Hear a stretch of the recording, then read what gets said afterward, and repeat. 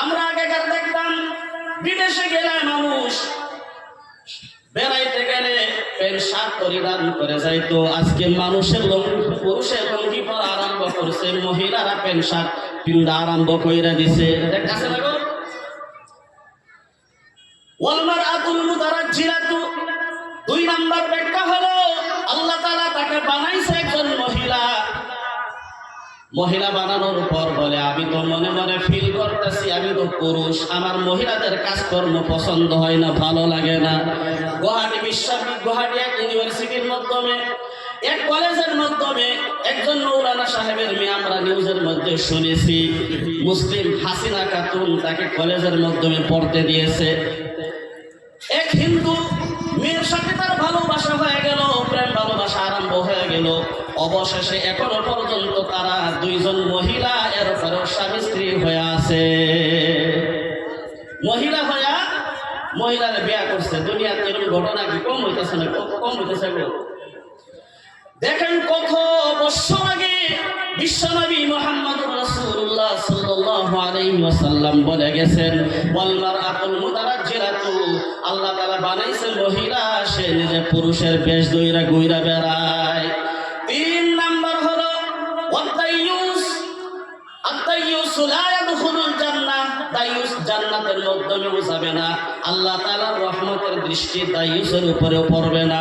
বন্ধুগণ, দাইয়ুসের মাধ্যমে কিছু ব্যাখ্যা আমি করব।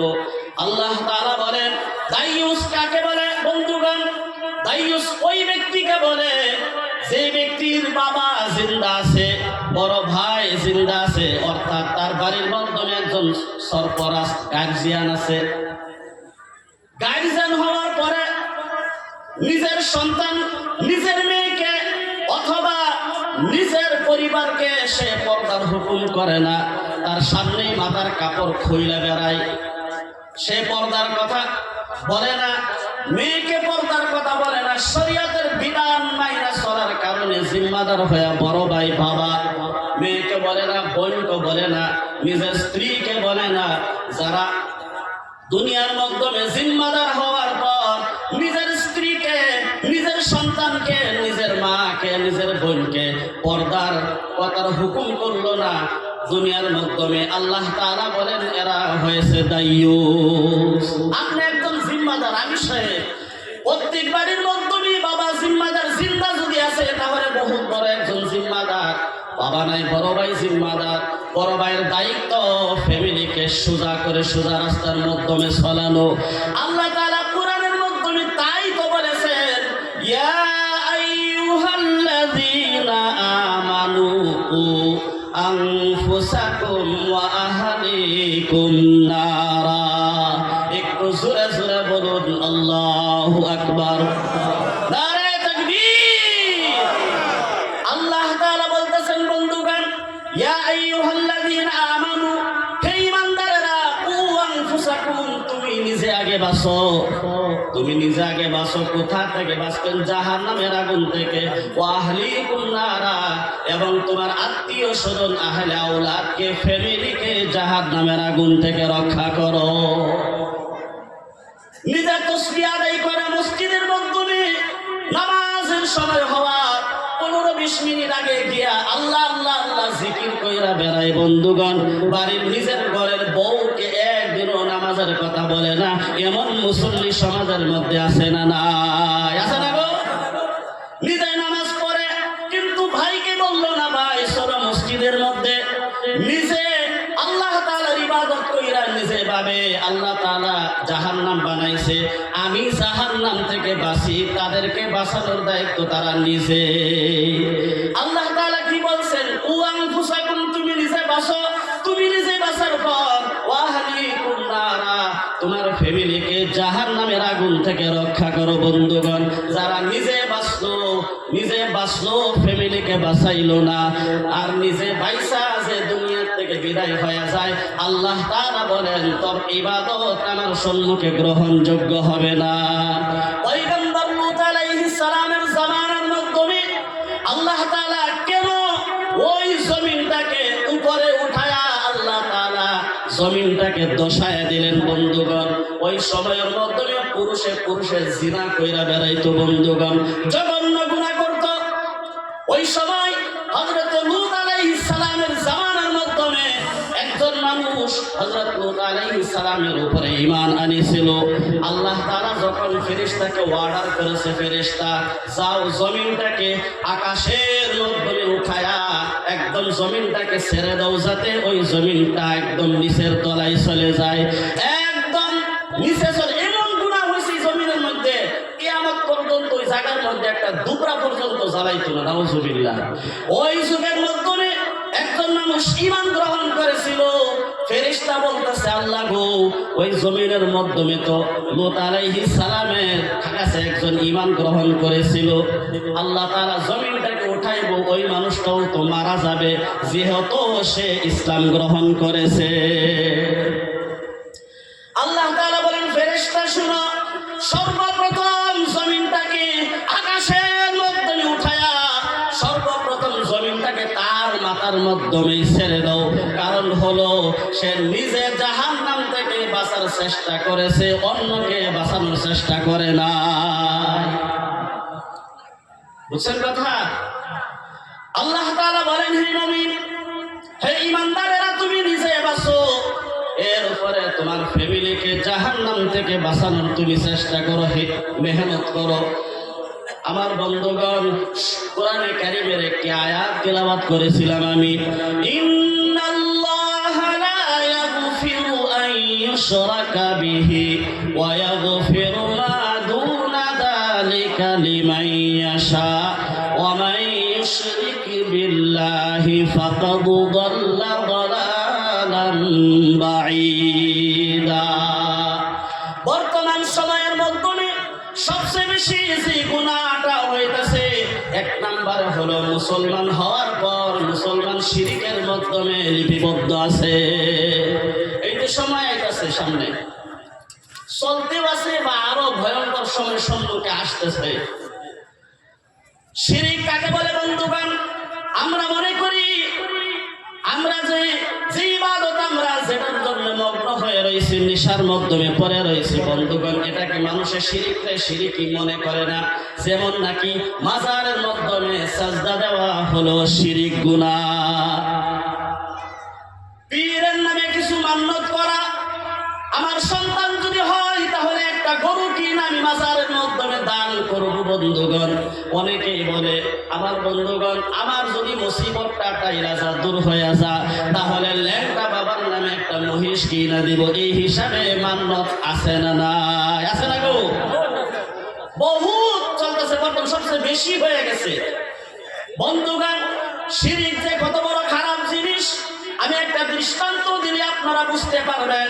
পয়গম্বর ইব্রাহিম আলাইহিস সালাম হাদিসের মাধ্যমে, আল্লাহর নবীর ভবিষ্যৎবাণী হাদিসের মাধ্যমে বলেছেন, পয়গম্বর ইব্রাহিম আলাইহিস সালামের পিতার নাম ছিল আজর।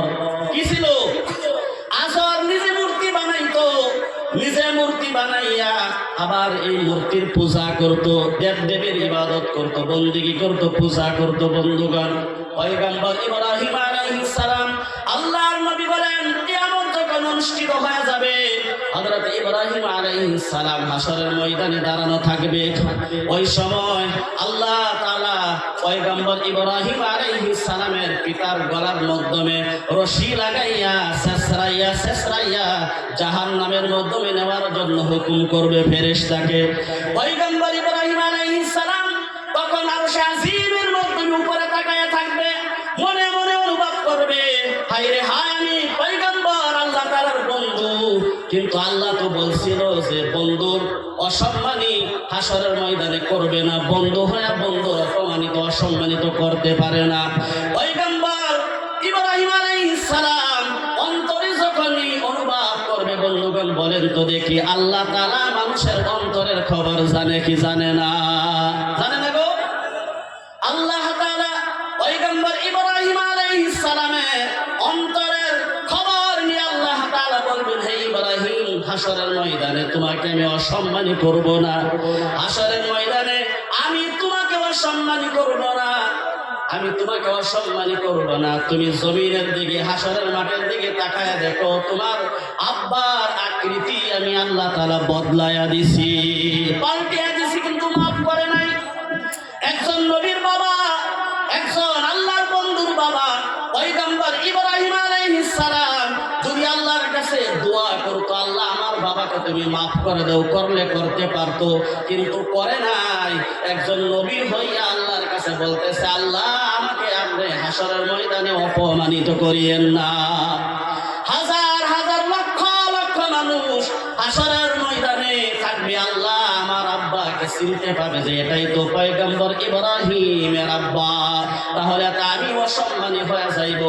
এইভাবে ভাবার পর আল্লাহ তাআলা বলেন, ইব্রাহিম শোনো, তুমি হাসরের ময়দানে নিচে তাকায়া দেখো, তোমার আব্বার আকৃতি আমি পাল্টিয়া দিছি। পয়গম্বর ইব্রাহিম আলাইহিস সালাম হাসরের ময়দানে আল্লাহর আরশ আজিম থেকে মাথা নামায়া হাসরের ময়দানে তাকায়া দেখবে, আগে ছিল তার আব্বার চেহারা, আল্লাহ তাআলা এখন বদলায়া তার আব্বার চেহারাটা একটা শুকরের চেহারা বানায় দিছে। নাউজুবিল্লাহ। একমাত্র কারণ হলো পয়গম্বর ইব্রাহিম আলাইহিস সালামের পিতা শিরক করার কারণে আল্লাহ তাআলা তাকে এই অপমানিত করে জাহান্নামে নিয়ে যাইতেছে। শুধুমাত্র শিরক করার কারণে। শিরক এত মারাত্মক খারাপ জিনিস। আল্লাহর নবী সাল্লাল্লাহু আলাইহি ওয়াসাল্লামের চাচা, বন্ধুগণ আমরা জানি আবু তালিব নবীকে অনেক মহব্বত করতো, ভালোবাসতো। নবীর উপরে যদি কোনো মুসিবত চাপতো, তাহলে আবু তালিব সবচেয়ে আগায় আগায় যাইতো। এমন আদরের চাচা আর এমন আদরের ভাতিজা। বন্ধুগণ, যেই সময় নবীজি খবর পাইছে আবু তালিব দুনিয়ার থেকে বিদায় হয়ে যাওয়ার সময় হয়ে গেছে, নবী দৌড় দিয়া চাচা আবু তালিবের বাড়ির মাধ্যমে হাজির হয়ে গেছে। নবীর যুগের কথা, নবীর চাচা আবু তালিব দেখেন না ঘটনাটা কি। আল্লাহ তাআলা কত সুন্দর করে কোরআনের মাধ্যমে এই হিসাবে খুইলা খুইলা বয়ান করেছে, বলেছেন।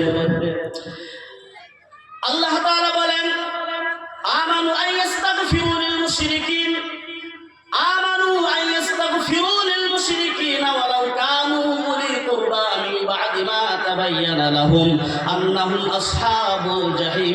এই আয়াতের শানের নুজুলটাই আমি বলতেছি। আল্লাহর নবী সাল্লাল্লাহু আলাইহি ওয়াসাল্লাম যখন আবু তালিবের ঘরের মাধ্যমে হাজির হয়ে গেল, ওই ঘরের মাধ্যমে যায় দেখে আবু জাহেল এবং আব্দুল্লাহ বিন উমাইয়া ওই জায়গার মাধ্যমে হাজির।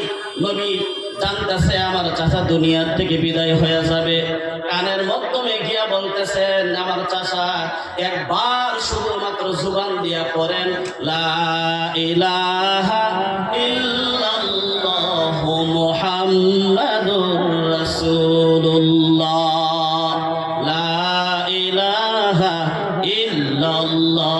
জোরে জিকির করেন, লা ইলাহা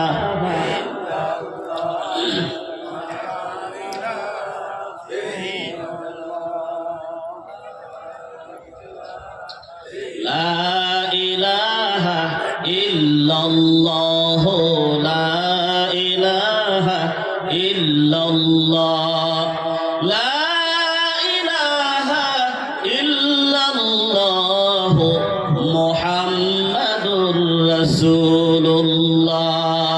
নবী বলতেছেন, চাচা হে, একবার পড়েন, কিয়ামতের দিন আমি আল্লাহর কাছে সুপারিশ করে আপনাকে জান্নাতে নিয়ে যাইব। এই কথা বলার কারণটা কি অল্প জানেন বন্ধুগণ? কারণ মাত্র একটা, ইসলাম গ্রহণ করে নাই, কিন্তু নবীর পাশে সবসময় উনি দিয়েছেন।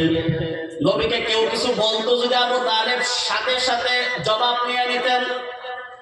নবীকে সহায় করেছে ছোট্ট থাকতে। নবী যখন বিদায় হওয়া মুহূর্ত পর্যন্ত আবু তালেব সব সময় নবীর উপরে ছাতির মতন ছায়া হিসাবে থাকছে। বন্ধুগণ সুবহানাল্লাহ।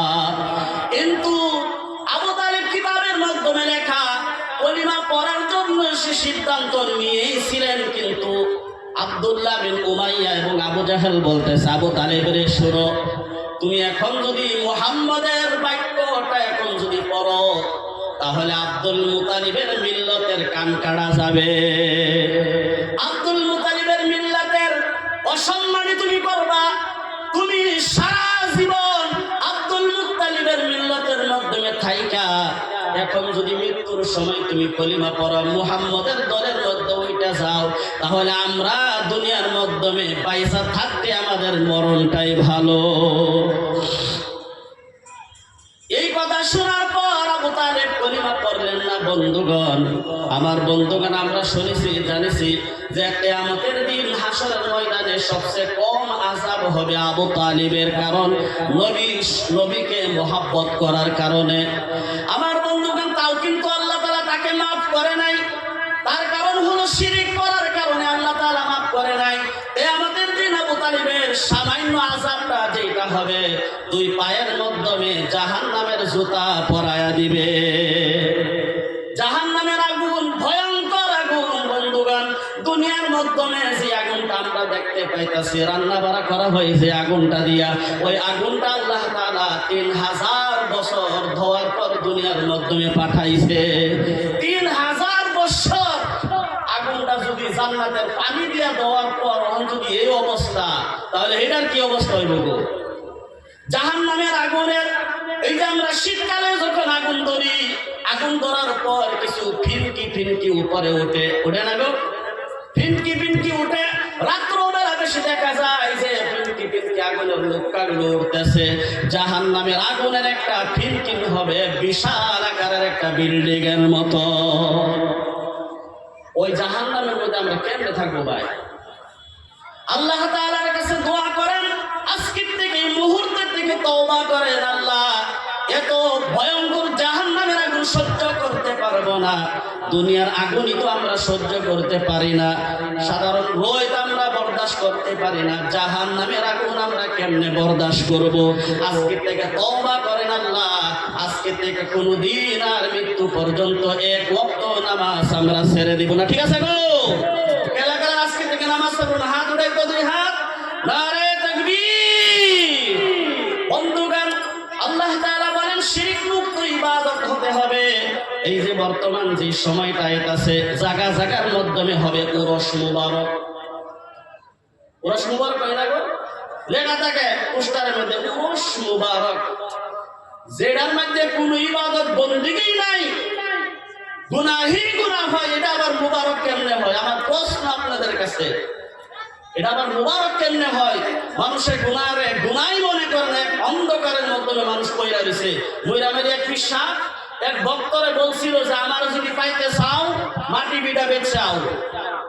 11 বিঘা মাটি ছিল, পীরের কথা মান্য 11 বিঘা মাটি বিক্রি করে আজকে ওয়ালা থাকে। সন্তানদেরকে লেখাপড়া করাইতে পারে না, একটা ফুলাফান্ডেও লেখাপড়া করাইবার পাইছে না। 11 বিঘা মাটি বেচা পীরের দরবারে গিয়ে হাজির হয়ে গেছে। পিসাব মারা গেছে, রাস্তার ভিখারি হয়ে গেছে বর্তমান গরিব। যে জায়গাগুলা ভাই, আমরা গরিব মানুষ, খেত খামারে কাজ কইরা, খেত খামারে কাজ করার পর কষ্ট বুক করে যে টাকা পয়সাটা ইনকাম করি, এটা নিয়ে আবার উরস মুবারক পীরের দরবারে নিয়ে আমরা দেই। মানুষে যদি টাকা দেওয়া বাদ দেয়, কোন পীর উরস মুবারকে যাইব তো দূরের কথা, পীরগিরি বাদ দিব। কারণ পয়সা যখন আইতো না, একটা উরস গরিব মিসকিনের টেহা দিয়ে হেরা বহুত টেহা জমা করে, কেউ গরু দেয়, কেউ মোষ দেয়, কেউ 5,000 টাকা দেয়, 10,000 টাকা দেয়। এই হিসাবে পীর বাবা সারা বছর আনন্দিত হয়ে বয়া বয়া খায় আর মুরিদেরা রাস্তায় ঘুরে বেড়ায়। এটা হচ্ছে উরস মুবারক। আল্লাহ তাআলা আমরা সকলকে বোঝার তৌফিক দান করুক, আমরা বলি আমিন। আল্লাহ তাআলা বলেন, মা কানা লিন-নবী ওয়াল্লাযীনা আমানু আন ইস্তাগফিরু লিল-মুশরিকিন ওয়ালাউ কানু উলি কুরবা। বন্ধুগণ, আল্লাহ তাআলা বলে দেন, একজন নবীর জন্য, একজন ঈমানদারের জন্য, কাফিরের জন্য, মুশরিকদের জন্য দোয়া করা বিলকুল জায়েজ নাই। আমাদের পড়াকালে আমাদের উস্তাদি মুহতারাম ক্লাসের মধ্যে ক্লাস করানোর সময় আমাদের এক ছাত্র ভাই 5 দিনের ছুটি নিয়ে বাড়ির মাধ্যমে গিয়েছিলেন। ছুটি থেকে আসার পর ক্লাসের মাধ্যমে হুজুরের কাছে বলতেছে, হুজুর গো, আমি বিরাট বড় একটা অন্যায় করে ফেলেছি, আমার তওবা কি আল্লাহ তাআলা কবুল করবে কি? বলে তুমি কি গুনাহ করেছে বলো। হুজুর মনে করেছে কি না জানি বড় গুনাহ করেছে, ছাত্রর দ্বারা তো গুনাহ হইতেই পারে। বলেছে তোমার কি গুনাহ হয়েছে? বলতেছেন, হুজুর গো, আমাদের বাড়ির পাশে আমার 70 চাচা একজন ছিল পীর সাহেব, আজকে ওই দিন দুনিয়া থেকে বিদায় হয়ে গেছে। আমি বাড়িতে যাওয়ার পর 3 দিন পর মারা গেল। এখন তো আমি বাতিজা হিসাবে আমার জানাজার নামাজ পড়ানো লাগে। বাড়ির পার্শ্ববর্তী আমার 70 চাচা, আমি তার আপন বাতিজা, মারা গেছে।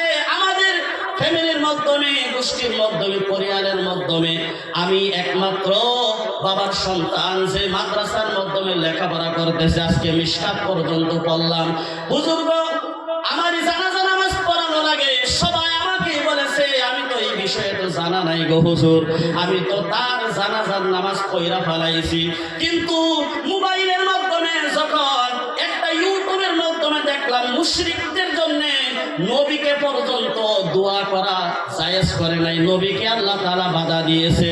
কিন্তু আমার চাচা ছিল মুশরিক, তাকে মানুষের সেজদা করত, আল্লাহকে সেজদা ছাড়া অন্য কাউকে সেজদা দেওয়া বিলকুল যাবে না, হারাম।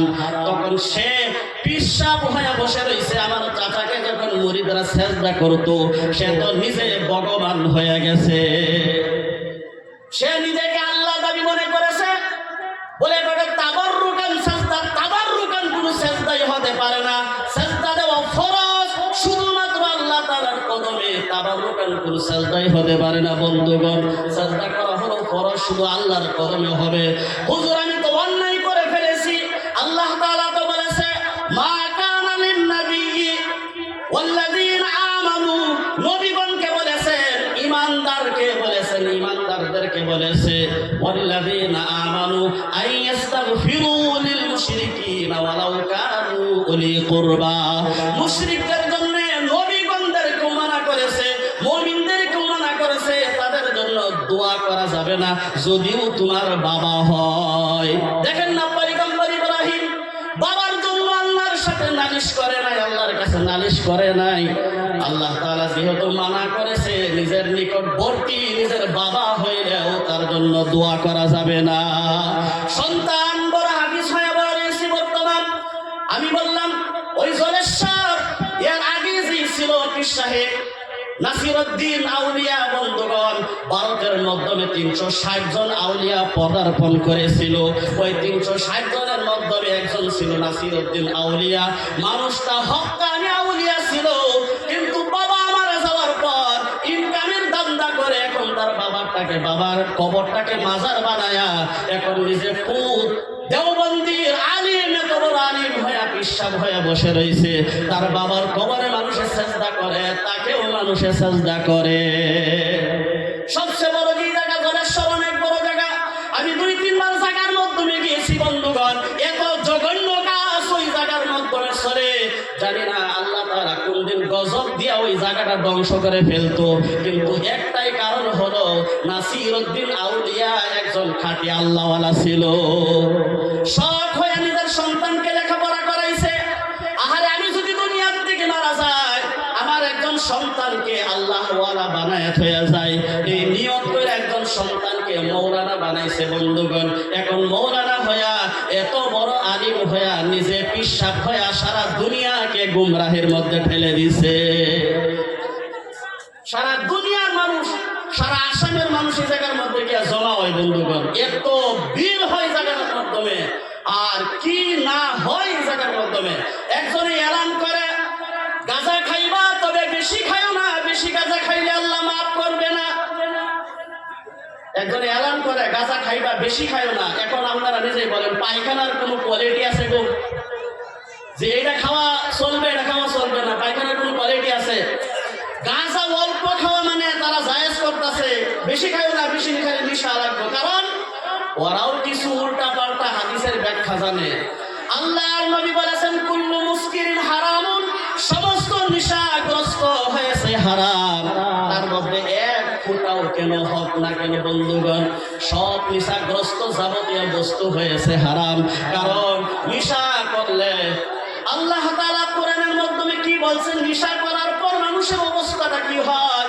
ইয়া আইয়ুহাল্লাযীনা আমানু ইন্নামাল খামরু ওয়াল মাইসিরু ওয়াল আনসাবু ওয়াল আজলাম রিজসুম মিন আমালিশ শাইতান। আল্লাহ তাআলা বলতেছেন, ইয়া আইয়ুহাল্লাযীনা আমানু, হে ঈমানদারেরা, ইন্নামাল খামরু, নিশ্চয়ই শরাব, ওয়াল মাইসির, জুয়া। বন্ধুগণ, খামার শব্দের অর্থ হলো ওরনি, আরবি শব্দের অর্থ হলো ওরনি। যখন মাথার মাধ্যমে রাখা হয় তাহলে মাথাটা সুন্দর করে ঢাইকা যায়, ঢাইকা যায় না গো, সুন্দর করে ঢাইকা যায়। মানুষ যখন শরাব পান করে, শরাব পান করার পর তার দুনিয়ার কোনো হুঁশ থাকে না। বন্ধুগণ, দুনিয়ার মাধ্যমে এমনও কুকাণ্ড হয়েছে, নিজের আব্বা শরাব পান করে নিজের মেয়ের সাথে জিনা করে ফেলেছে। জিনা করার পর যখন হুশের মধ্যে আইছে তখন দেখে তো আমি তো নিজের মেয়ের সাথেই জিনা করে ফেলাইছি। মেয়ে হতাশা হয়ে গেছে, আরে সমাজের মাধ্যমে আমি মুখটা কেমনে দেখাইবো? আমার আব্বা আমার সাথে জিনা করেছে, আমার আব্বার ঘরেই তো আমি থাকবো, আমি আব্বাকে চেহারাটা কেমনে দেখাইবো যে আব্বা এত বড় জঘন্য কাজ আমার সাথে করেছে? মেয়েটা লজ্জিত হয়ে ওই রাত্রের মাধ্যমে বিষ খায়া মারা গেছে। দুনিয়ার মাধ্যমে কত মার সন্তান এইভাবে সম্মান হিসাবে সমাজের মাধ্যমে না মুখ দেখায় পারার কারণে বন্ধুগণ এইভাবে গলা ফাঁসি দিয়া বিষ খায়া আর কতভাবে হত্যা হয়ে দুনিয়ার থেকে বিদায় হয়েছে। যেরকম কথা ঠিক কিনা আমার বন্ধুগণ? আল্লাহ তাআলা আগেই বলেছেন, ইয়া আইয়ুহাল্লাযীনা আমানু ইন্নামাল খামরু ওয়াল মাইসিরু ওয়াল আনসাবু ওয়াল আজলাম রিজসুম মিন আমালিশ শাইতান, রিজসুম মিন আমালিশ শাইতান। এইগুলা কাজ হলো শয়তানের কাজ, মানুষের কাজ কখনো হতে পারে না। আল্লাহ তাআলা জুবান দিয়েছে, জুবান দিয়ে জিকির করার কারণে একজন মুসলমান হিসাবে তার হাতের মাধ্যমে মদের বোতল থাকতে পারে না। বন্ধুগণ, একজন মুসলমান হিসাবে তার মুখের মাধ্যমে মদের বোতলটা লাগাইতে পারে না। আল্লাহ তাআলা আমাদের সকলকে আমল করার তৌফিক দান করুক, আমরা বলি আমিন। 2 নম্বর আয়াত তিলাওয়াত করেছিলাম, ইয়া আইয়ুহান নাবিয়্যু কুল লিআজওয়াজিকা ওয়া বানাতিকা ওয়া নিসাইল মুমিনিনা ইউদনিনা আলাইহিন্না মিন জালাবিবিহিন যালিকা আদনা আন ইউরাফনা ফালা ইউযাইন ওয়া কানা আল্লাহু গফুরার রহিমা। একটু আওয়াজ দিয়া বলি আল্লাহু আকবার, লিল্লাহি তাকবীর। বন্ধুগণ, আল্লাহ তাআলা বলতেছেন, আয়াতটা যদি দুনিয়ার মাধ্যমে আমরা এই আয়াতের ব্যাখ্যাগুলো বুঝতে পারি আর বাস্তব জীবনের মাধ্যমে যদি আমরা আমলে আনতে পারি তাহলে মানুষের কারণে একটি আয়াতই আমলের কারণে তাকে জান্নাতে যাওয়ার জন্য যথেষ্ট হয়ে গেল। সুবহানাল্লাহ। আর নবী সাল্লাল্লাহু আলাইহি ওয়াসাল্লাম, আখলিস দীনাকা ইয়াকফিকাল আমালুল কালিল। অত বেশি আমলের দরকার পড়ে না, একটু আমল যদি হয় আমলটা বিশুদ্ধ ভালো, তাহলে এই একটু আমলে মানুষকে জান্নাতে নেওয়ার জন্য যথেষ্ট। বন্ধুগণ, আল্লাহ তাআলা বলেন, ইয়া আইয়ুহান নাবিয়্যু, একটু লক্ষ্য করেন কথার দিকে। আল্লাহ পাক কি বলতেছে আমাদেরকে? ইয়া আইয়ুহান নাবিয়্যু, নবীকে বলতেছে, কুল লিআজওয়াজিকা, হে নবী, হে আপনার স্ত্রীগণকে, কুল লিআজওয়াজিকা ওয়া বানাতিকা, এবং আপনার কন্যাদেরকে, ওয়া নিসাইল মুমিনিন, এবং সমস্ত মুমিনা মহিলাদেরকে আপনি বলুন। কি বলবেন? ওয়া নিসাইল মুমিনিন যালিকা আদনা আন ইউরাফনা ফালা ইউযাইন। আমার বন্ধুগণ, ইয়া আইয়ুহান নাবিয়্যু কুল লিআজওয়াজিকা ওয়া বানাতিকা ওয়া নিসাইল মুমিনিনা ইউদনিনা আলাইহিন্না মিন জালাবিবিহিন, ইউদনিনা আলাইহিন্না মিন জালাবিবিহিন।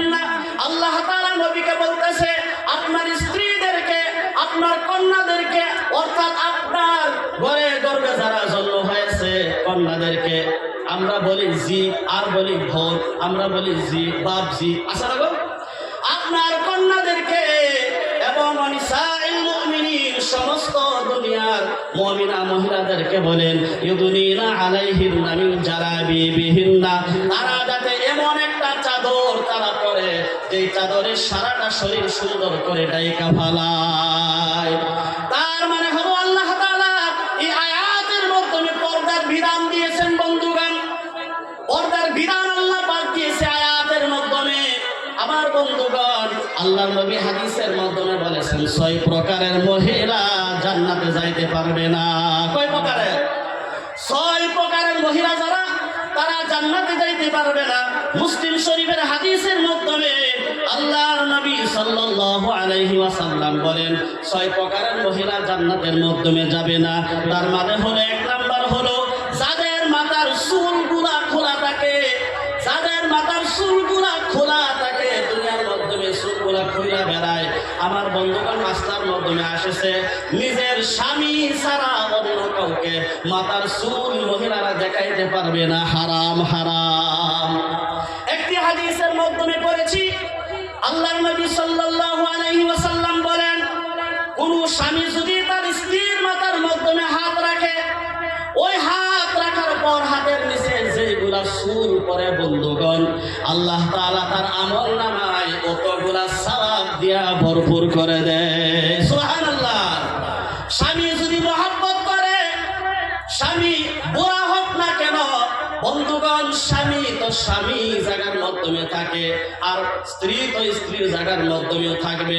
বন্ধুগণ, যখন বুড়া হয়ে যায়, স্বামী বুড়া হয়ে গেল, স্ত্রী বুড়া হয়ে গেল, আল্লাহ পাক তাদের মাধ্যমে মহব্বতটা আরো 2 গুণ বাড়ায় দেয়। সুবহানাল্লাহ। দেখবেন যখন বুড়া হয়ে গেছে, বৃদ্ধকাল আসছে, তখন দেখবেন বুড়ার বুড়ি খুব মিল মহব্বত। কারণ বুড়ি ছাড়া বুড়ার আর কেউ নাই দুনিয়ার মাধ্যমে, আর বুড়ির বুড়া ছাড়া আর কেউ নাই।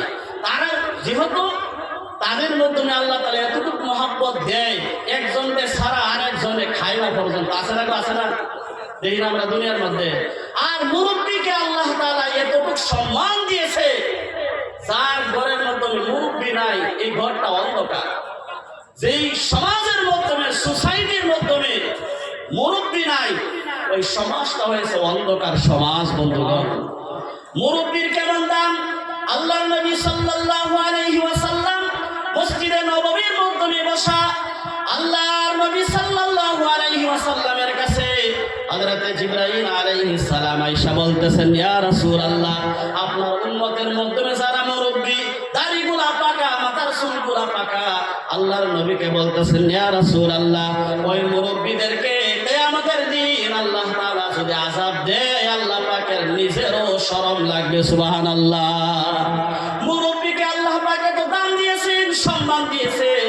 আহারে, সমাজের যুবক ছেলেরা আজকে মুরব্বীদেরকে বলে একজন বুড়া থাকার থেকে 1000 টাকা ঋণ বালা। কয় না গো? যার ভাই মুরব্বী নাই, একজন সন্তান রেখে দেখো তো তোমার আব্বা যে গেছে, তোমার কেমন লাগে? ঈদের দিন বন্ধুগণ, সন্তান ফজরের নামাজ পড়ে এসে ঘরের মাধ্যমে বসে দেখে আব্বা তো যেই খাটটা বানাইছিল নিজের হাতে, ওই খাটটা বিদ্যমান, কিন্তু খাটের মাধ্যমে যে শুয়ে থাকতো, এই বাবা দুনিয়ার মধ্যে নাই।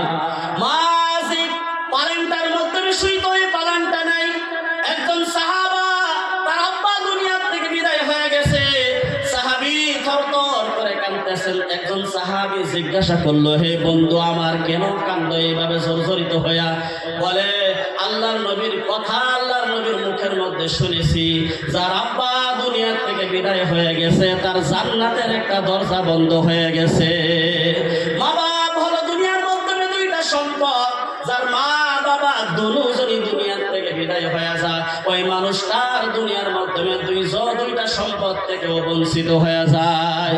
তবে বলতেছিলাম 6 প্রকারের মহিলা জান্নাতে যাবে না, আল্লাহ তাআলা তাদেরকে জান্নাতের মধ্যে নেবে না। 1 নাম্বার হলো যেই মহিলা সমাজের মাধ্যমে মাথার চুলগুলা খইলা বেড়ায়, এটাই মনে করে স্টাইল, এটাই মনে করে শরীয়তের বিধান, শরীয়ত অনুমতি দিয়েছে। আছে না মহিলা? আছে না গো? দেখবেন বাড়ি থাকলে স্বামীর সামনে মাথা ঘুমটা দিয়ে ঘুরে, আর রাস্তা দিয়ে ঘুরলে কাপড় খুইলা ঘুরে, মাথার কাপড় খুইলা ঘুরে। শুধুমাত্র স্বামীর জন্য যে কাজটা করা যায় ছিল, স্বামী পায় না আনন্দ, অন্য অন্যকে আনন্দের দুধ দিয়া ঘুরা বেড়ায়। স্বামীর জন্য ছিল এটা। স্বামী যতবার তার মাথার দিকে তাকাইতো, স্বামী যখন আনন্দ হইতো, বুকটা ভরে যাইতো, আল্লাহ তাআলা এই মহিলাকে কিয়ামতের দিন শান্তির ঘরের মাধ্যমে জায়গা স্থাপন করত। তবে এটা ছোট্টকাল থেকে শিখাইতে হইব বন্ধুগণ। এই কারণেই আজকে সুবাই বক্তব্যের জলসা। যদি শিক্ষা না থাকে, এই শিক্ষা যদি আমাদের শুরু ফলাফলে যদি না পায়, তাহলে এই শিয়ান হইলে বড় হওয়ার পরে এরকমই করবো। এক জামাই বাবু গেছে শ্বশুর বাড়ি বেড়াইবার লাগিয়া। জামাই বাবু কোন ইবাদত বন্দিগি তো নামাজ তো মানে জীবনেও পশ্চিম দিকে উষ্টা খায়া ভুলেও কইরা দেখে নাই। শ্বশুর বাড়ি গেছে বেড়াইবার লাগিয়া। শ্বশুরও ছিল মানে লেখাপড়া ছাড়া আর কি, কিছুদিন মানে মেয়ে বিয়া দিছে, শ্বশুর হয়ে গেছে। জামাই বাবু যদি আগে শ্বশুরের মাথা টুপি নাই তাহলে বেজাল লাগো বলে কিরম বাড়ি বিয়া করলাম, শ্বশুরের নামাজ পড়ে না, মুরব্বীর তার ভিতরে কোনো আদর্শই নাই।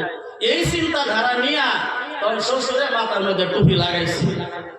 জামাই বাবু যখন বেড়াইবার গেছে, দুজনিতে একই সমান। তখন মসজিদের মধ্যে আজান হইল। আজান হওয়ার পর জামাই আর শ্বশুর একসাথে রওনা দিল মসজিদে। দুজনই কিছুই জানে না। ওযু করবার গেছে, ওযুটা দেখে মানুষে দেখতেছে প্রথমে মুখ ধোয়া লাগে, তারপরে হাত ধোয়া লাগে, মাথা মুছা করা লাগে, পাও ধোয়া লাগে। ওযুটা কোনো মতে দেখে দেখে করছে। এখন তো নামাজ পড়ন লাগবো। নামাজ কিভাবে করে নিয়ত তো জানে না। সুন্নত তো জোহরের 4 টাকা করা লাগবে না গো। জামাই বাবু জানে যে নামাজ পড়তে গেলে নিয়ত লাগে। ওর নিয়ত তো জানে না। আমি হুজুর করবো শুনছি বাংলা দিয়া নিয়ত করলেও চলে। তখন বাংলা দিয়া নিয়ত করতেছে, আমি তো নামাজ পড়ি না। নিয়ত কইতাছে আমি তো নামাজ পড়ি না, শ্বশুর বাড়ি ছাড়ে না, ওই দিক দিয়ে গেলে আমার ধাক্কা, ওই দিক দিয়ে গেলে আমার সর, কাবাতি শরীফাতে আল্লাহু আকবার। মানে যখন হোর নামাজের মধ্যে যাইতাছে, হালিরা কাপ করতে যাচ্ছে, এই আব্বা নামাজ পড়া যাইতাছে, তুমি জামাই নামাজ পড়া যাও না। ঘরে বউ ধাক্কাইতেছে, আরে যাওনি, পড়ছন তো আজকেই কমসে কম পড়ো। নামাজের সময় হয়ে গেল। শ্বশুর মশাই ওই জামাই বাবু এক জায়গার মাধ্যমে দাঁড়ানো ছিল, তার বাজুতে ছিল আবার চাচাতো শ্বশুর। অন জামাই বাবু চাচা শ্বশুরের লগে দাঁড়ায় নামাজ পড়বে। ভালো দেখা যায় না, দেখার মাধ্যমে শ্বশুরে তাকে টান দিয়া সরায়া অন্য জায়গার মাধ্যমে দাঁড় করায়া তার জায়গার মাধ্যমে শ্বশুর দাঁড়ায় গেছে। দুই ভাই একসাথে দাঁড়ায় নামাজ আরম্ভ করেছে। জামাই বাবু মনে করেছে এইটাই বুঝি নামাজ। এই যে টান দিয়া যে আনছে, আমরা যে ছোট গোলাপান করে মসজিদের মধ্যে যখন সামনে কাতারে খাড়া হয়, তারা আস্তে করে টান দিয়া সাইড করে দেয়, বড় মানুষ খাড়া হয় না গো। জামাই বাবু মনে হচ্ছে যাই হোক অতদিনে কমসে কম নামাজটা তো শিখলাম। নেক্সট যখন আবার শ্বশুর বাড়ির বেড়াইতে আইছি, আয়া হেই নামাজের মধ্যে গেছে, তখন গিয়া দেয় শ্বশুর নিয়াত বাঁধাচ্ছে। নিয়ত বাঁধাচ্ছে যখন দেখছে, তখন শ্বশুরে জামাই বাবু টান দিয়ে আনতে ওই জায়গা খারাপ হয়ে দেয়া টান দিয়ে এই জায়গা কামিছে। নামাজ পড়ার পরে জামাই বাবু কি করলেন, এটা মানুষের আপনি কি করছেন? কি করছি মানে এর আগে তো আমার শ্বশুর এই কাজই করছে, নামাজ তো পড়তেছে, এটাই তো নামাজ। যেটা শিখছে এইটাই করবো।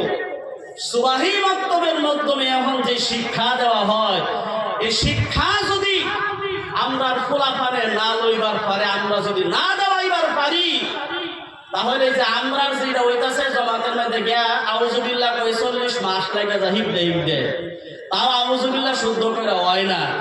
হ্যাঁ, এক জায়গার মধ্যে নামাজ পড়ছি, ইমাম সাহেবে নামাজ পড়ে, ইমাম সাহেব নাই, অন্য একজন ইমাম সাহেব হয়েছে। তখন ওয়াল আসর সূরা পড়তেছে, আমরা পাশে গিয়ে নামাজ পড়ে খারাপ হয়েছি।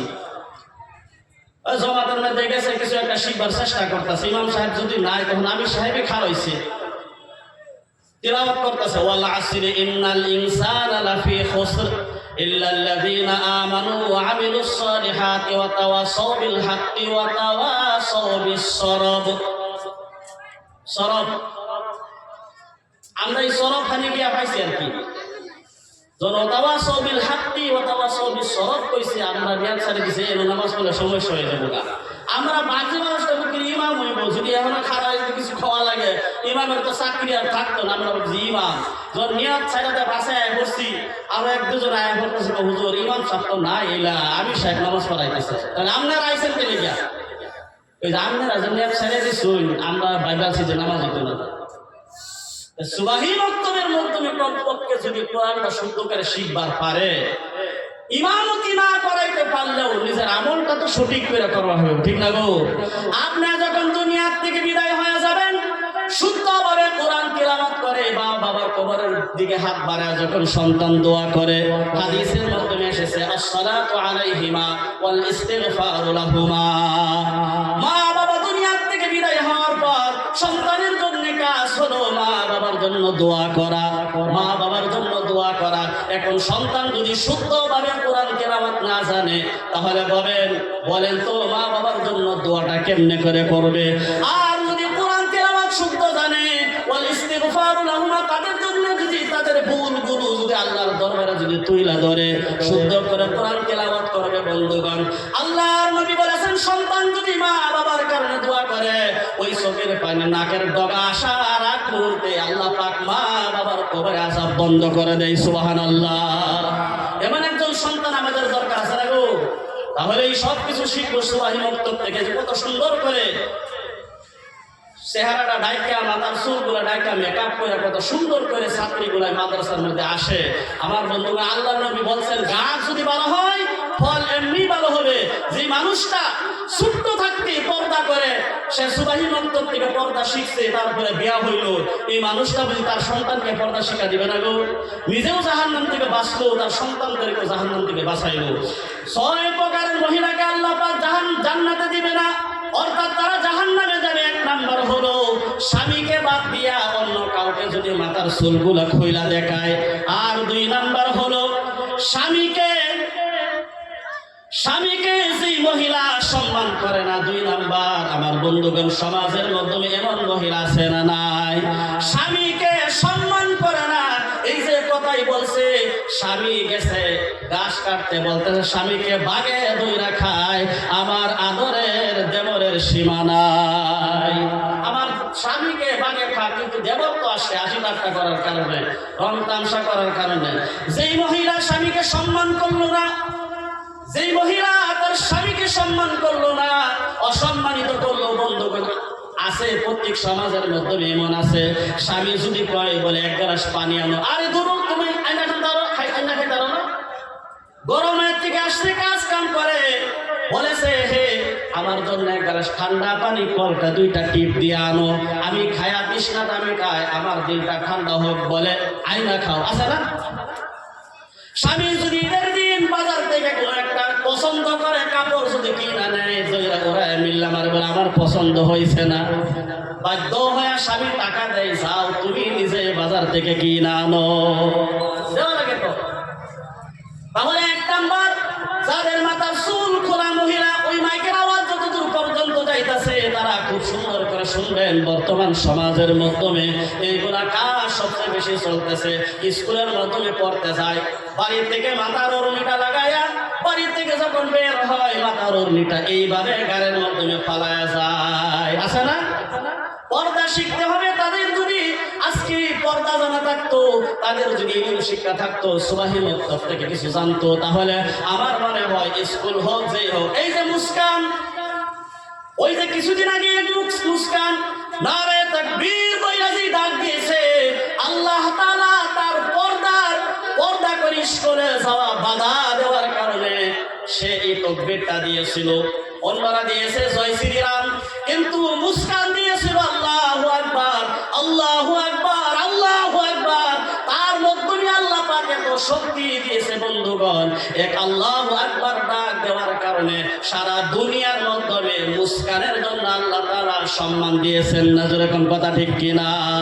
দুনিয়ার মানুষ ছিনে সবাই আলিম ওলামা মুস্কানের নাম, আমিও তো আজকে তার নাম নেওয়ার কারণ হলো সে আল্লাহু আকবার ধ্বনি দিয়েছিল, আর নবীর যেই পর্দার বিধান, এই পর্দার বিধানের পতাকা সে আকাশে উড়াইয়া ধরেছে। বন্ধুগণ, 1 নাম্বার হলো পর্দা মাথার চুল খোলা রাখার কারণে, 2 নাম্বার স্বামীকে সম্মান না করার কারণে, 3 নাম্বার হলো তাদের স্বামী বাদ দিয়া অন্যর সাথে মনোরঞ্জন করে। স্বামী ঘরের মাধ্যমে আসলে স্বামীর মুখের দিকে তাকায় একটু হাসিও দেয় না, কিন্তু দেবর আসলে হাসির কত সীমা নাই, খালাতো ভাই আসলে কত হাসি ঠাট্টা হারে, কিন্তু স্বামী যখন ঘরের মাধ্যমে আসে তার চেহারাটা মলিন হয়ে যায়, আন্ধার হয়ে যায়। যখন স্বামীর চেহারাটা সে দেখতেই চায় না, আছে না এরকম? স্বামীকে বাদ দিয়া অন্যর জন্য মনোরঞ্জন যেই মহিলা করে, ওই মহিলা আল্লাহ তাআলা তাকে জান্নাত দিবে না, জাহান্নামের মধ্যে নিয়ে যাবে। 4 নাম্বার হলো কোন স্বামী যদি স্ত্রীর কাছে রাত্রে অঙ্গ চায়, আজকে রাত্র আমরা মেলামেশা করবো, আমার কথার ইশারায় সবাই বুঝা ফেলছেন যারা বিবাহ করেছেন, আজকে রাত্র আমি তোমার সাথে আনন্দিত করতে চাই, তোমার অঙ্গটা আজকে আমাকে দেবা। মহিলা বলে আজকে দিতে পারবো না। কেন দিতে পারবা না? বলে বলছিলাম 1 কেজি মিঠাই আইনো বাজার থেকে, সবাই গিয়েছিলাম মুম্বাইয়ের হালুয়া নিয়ে আসলো, কিন্তু তুমি আনো না, আজকে তুমি আমার কথা মানছো না, আমিও তোমার কথাও মানবো না। এই যে একটা রাত, যে রাত্র স্বামী তার অঙ্গ চেয়েছিল, ওই রাত্র অঙ্গ না দেওয়ার কারণে যতক্ষণ পর্যন্ত রাত্রটা শেষ না হবে, সারা রাত আল্লাহ তাআলার ফেরেশতারা ওই মহিলার উপরে লানত করতে থাকে। 4 নাম্বার হলো ওই মহিলা। 5 নাম্বার হলো ওই মহিলা, যেই মহিলা মিথ্যা কথা বেশি বলে, বন্ধুগণ গীবত করে, যেই মহিলা কথায় কথায় মিথ্যা কথা বলে, আর যেই মহিলা গীবত করে, আমার বন্ধুগণ গীবত আর মিথ্যা কথা আমাদের সমাজের মধ্যে আছে না নাই? আর গীবত সবচেয়ে বেশি মহিলারাই আরম্ভ করে না গো? মিথ্যা কথা বলে, গীবত করে, কথায় কথায় গীবত করে। আর বন্ধুগণ যেই মহিলা কথায় কথায় গীবত করে তার কেমন গুনাহ হয়? আল্লাহর নবী সাল্লাল্লাহু আলাইহি ওয়াসাল্লাম বলেন, আল গীবাতু আশাদ্দু মিনাজ জিনা, জিনা করার চেয়েও গীবত করা হলো আরো বেশি গুনাহ। বিশ্ব নবী সাল্লাল্লাহু আলাইহি ওয়াসাল্লাম কত সুন্দরভাবে মানব মণ্ডলীকে জান্নাতের কথাগুলো বইলা গেছেন বন্ধুগণ। হযরত আয়েশা সিদ্দিকা রাদিয়াল্লাহু আনহা নবীর আনন্দিত দেখার পর মা আয়েশা বলতেছে, ইয়া রাসূলুল্লাহ, ইয়া রাসূলুল্লাহ, ইয়া হাবিবাল্লাহ, আপনি তো আজকে অনেক আনন্দিত। হযরত আম্মা জান আয়েশা ছিল নবীর ঘরের স্ত্রী, বলতেছে আপনি তো অনেক আনন্দিত, আজকে আমার জন্য দোয়া করেন। দেখেন কত সুন্দর ছিল, কত সুন্দর আদর্শ আমাদেরকে দিয়ে গিয়েছেন, যে স্বামী যখন তার মনটা খুশি থাকে, ঘরের স্ত্রী উচিত স্বামীর কাছে দোয়া চাওয়া। কারণ যে স্বামী যে স্ত্রীর কারণে দোয়া করে মারা যাওয়ার পরে, যে আমার ঘরের বউটা অনেক ভালো ছিল, আল্লাহ তাআলা বলেন তাকে আমি জান্নাত দিয়ে দিই। সুবহানাল্লাহ। স্বামীর মন যদি আনন্দ থাকে, ঘরের বউয়ের উচিত হয় যে স্বামীর কাছে দোয়া ছাড়া। আম্মা জান আয়েশা বলতেছেন, নবী হে, আপনি তো অনেক আনন্দিত, আজকে আমার জন্য আপনি দোয়া করেন। আল্লাহর নবী সাল্লাল্লাহু আলাইহি ওয়াসাল্লাম 2 হাত তুলে দোয়া করতেছে, আল্লাহ আয়েশা পূর্বে যত গুনাহ করেছে সমস্ত গুনাহ তুমি মাফ করে দাও। আল্লাহ আয়েশা পরে যা গুনাহ করবে সমস্ত গুনাহ তুমি মাফ করে দাও। আল্লাহ আয়েশা প্রকাশ্য হিসাবে যা গুনাহ করেছে সব গুনাহ তুমি মাফ করে দাও। আল্লাহ আয়েশা গোপনে যা গুনাহ করেছে সমস্ত গুনাহ তুমি মাফ করে দাও। এই যে দোয়া করলেন, দোয়া করার পর আম্মা জান আয়েশা রাদিয়াল্লাহু আনহা অনেক আনন্দিত হইয়া নবীকে বলতেছেন, ইয়া রাসূলুল্লাহ, আপনি আমার জন্য অনেক সুন্দর দোয়া করেছেন, এত সুন্দর দোয়া করেছেন নবী হে, আপনার দোয়াতে আমি আয়েশা খুশি হয়ে গেলাম। সুবহানাল্লাহ বলেন, আমি খুশি হয়ে গেলাম। আল্লাহর নবী সাল্লাল্লাহু আলাইহি ওয়াসাল্লাম বলতেছেন, আয়েশা হে শুনো, তোমাকে অনেক আনন্দিত, আমার দোয়ায় তুমি অনেক খুশি হয়ে গেছে, তবে আমার কথাটা শুনো। আম্মা জান আয়েশা রাদিয়াল্লাহু আনহা স্থির হইয়া নবীর কথাগুলো শোনা ধরছে, বলতেছেন, আয়েশা রে, তুমি জানো না তোমার জন্য যে দোয়াটা আমি আজকে করেছি, আমার আনন্দিত দেখা তুমি আমার কাছে দোয়ার দরখাস্ত করেছো, আমি তোমার জন্য দোয়া করেছি, দোয়া করার জন্য তুমি বলছো আমি করেছি, কিন্তু আয়েশা আমার দোয়া শোনার পর তুমি যে আনন্দিত হয়ে গেছো, খুশি হয়ে গেছো, এই দোয়াটা আমি প্রত্যেক নামাজের মাধ্যমে, শুনেন কথাগুলো, প্রত্যেক নামাজের মাধ্যমে আমি নবী আমার উম্মতের জন্য প্রত্যেক নামাজের মাধ্যমে এই দোয়াটাই করি। বলেন সুবহানাল্লাহ, নারে তাকবীর। কি দোয়া করে? আল্লাহ আমার উম্মতের গুনাহগুলো তুমি মাফ করে দাও, আল্লাহ আমার উম্মত যা গুনাহ করবে তুমি তা মাফ করে দাও, আল্লাহ আমার উম্মত যে প্রকাশ্য হিসাবে গুনাহ করে গুনাহগুলো তুমি মাফ করে দাও, আল্লাহ আমার উম্মতকে গোপনে যা গুনাহ করবে তুমি মাফ করে দাও। আল্লাহ এই হিসাবে বিশ্ব নবী সাল্লাল্লাহু আলাইহি ওয়াসাল্লাম প্রত্যেক দিন সালাতের মাধ্যমে, নামাজের মাধ্যমে এই হিসাবে উম্মতের জন্য দোয়া করতো। সুবহানাল্লাহ। ইমামুল আউয়ালিন ওয়াল আখিরিন বহরে সাদকা রাহমাতাল লিল আলামিন সাইয়্যিদুল কাউনাইন খাতামুল মুরসালিন আখিরা মাদবুদ ফখরুল আউয়ালিন। এই ছিল আমাদের নবী, আর আমরা হলাম তার উম্মত। এখন আমি শুরুতে একটা গজল বলছিলাম, শুরুতে বলছিলাম যে আশেক যারা তারাই তো বুঝবে নবীর শান কতটুকু। আশেক যারা তারাই বুঝবে যে নবীর শান কতটুকু, নবীর মর্যাদা কতটুকু। আশেক যারা তারা বুঝবে না। যারা দুরূদ শরীফ পাঠ করে, এই যে শেখ সাহেব, ওনাকে জিজ্ঞাসা করেন যে দুরূদ পড়লে তার মাধ্যমে তৃপ্তি কতটুকু আসে?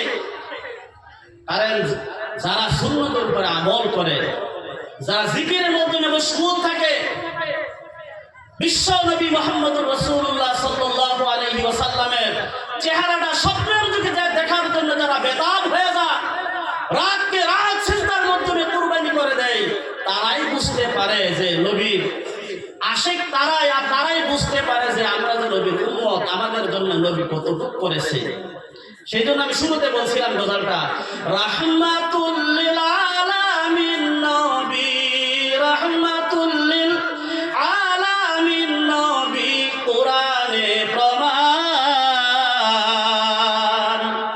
আশিক বিনে কে বুঝিবে আমার দয়ার নবীর শান, উম্মত বিনে কে বুঝিবে আমার দয়ার নবীর শান, রহমাতুল লিল আলামিন নবী কোরআনে প্রমাণ, আশিক বিনে কে বুঝিবে আমার দয়ার নবীর শান।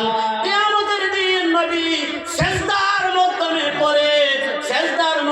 পড়ে শুধুমাত্র একমাত্র উম্মতের চিন্তায় কাঁদবে। বন্ধুগণ, কিতাবের মাধ্যমে লেখা হযরত আদম আলাইহিস সালাম হাশরের ময়দানে নাফসি নাফসি আরম্ভ করবে। নাফসি নাফসি আরম্ভ কোন সময় থেকে শুরু হবে? বন্ধুগণ, হাশরের ময়দানে জাহান্নামকে যখন রাখা হবে, কিতাবের মাধ্যমে লেখা জাহান্নামের 70টা বাজু আছে। বন্ধুগণ, কয়টা বাজু? 70টা বাজু আছে, আর এক একটা বাজুর মাধ্যমে 70,000 ফেরেশতা টান দিয়া ধইরা রাখবে। জাহান্নাম বলবে হালিম মাজিদ, আমি আরো চাই, আমার উদর পড়ছে না। বন্ধুগণ, ওই সময়ের মাধ্যমে জাহান্নামের চিৎকার শুনে নাফসি নাফসি আদম শুরু হয়ে যাবে। হযরত আদম আলাইহিস সালাম বলবে নাফসি নাফসি, আল্লাহ আমাকে বাঁচাও, আমাকে বাঁচাও। সমস্ত পয়গম্বররা শুধুমাত্র বলবে আমাকে বাঁচাও। ইব্রাহিম আলাইহিস সালাম বলবে নাফসি নাফসি, আমাকে বাঁচাও। নূহ নবী বলবে নাফসি নাফসি, আমাকে বাঁচাও, আমাকে বাঁচাও। কিন্তু একজন মাত্র পয়গম্বর আমাদের, যিনি পাগল ছিল, বিশ্ব নবী মুহাম্মদুর রাসূলুল্লাহ সাল্লাল্লাহু আলাইহি ওয়াসাল্লাম হাশরের ময়দানে আল্লাহর আরশের খুঁটির নিচে সিজদারত হয়ে ডাকবে, উম্মতি উম্মতি উম্মতি উম্মতি। আল্লাহ বলবেন, হাবিব রে, আপনি উম্মতি উম্মতি বলে ডাকতেছেন, কাঁদতেছেন, এত মায়া আপনার উম্মতের জন্য জন্য হাবিব রে, হাবিব রে, আপনি উম্মতি উম্মতি উম্মতি বলে কাঁদতেছেন, আমিও আল্লাহ পাক ডাক দিলাম রহমাতি রহমাতি রহমাতি। আল্লাহর হাবিব রে, আল্লাহর নবী বলবেন হে হাবিব রে, আপনার উম্মতের চিন্তায় আপনি কাঁদতেছেন, আপনার সমস্ত উম্মতকে হাসরের ময়দান থেকে বাছাই করে করে আমার রহমতের ছায়ার মাধ্যমে ঢুকায় দেন। সুবহানাল্লাহ। এখন তো তারাই বুঝবে যারা নবীর পাগল, যারা যারা নিজের রক্ত দিতে রাজি কিন্তু নবীর শানে কিছু ক্ষতি হইতে তারা রাজি না। আল্লাহ পাক আমাদের সকলকে সঠিক উন্নত হওয়ার জন্য তৌফিক দান করুক, আমরা সবাই বলি আমিন। আমাদেরকে আল্লাহ পাক সঠিক আল্লাহর গোলাম হওয়ার জন্য তৌফিক দান করুক, আল্লাহ আমরা বলি আমিন। পর্দার বিধান রাখেন, বাড়ির পর্দার বিধান কায়েম করেন, দিন কায়েম করেন, নামাজের হুকুম করেন, নিজেও নামাজ পড়েন। আল্লাহ পাক আমাদের সকলকে আমল করার জন্য তৌফিক দান করুন। ওমা তৌফিক ইল্লা বিল্লাহ ওয়া আখিরু দাওয়ানা আনিল হামদুলিল্লাহি রাব্বিল আলামিন।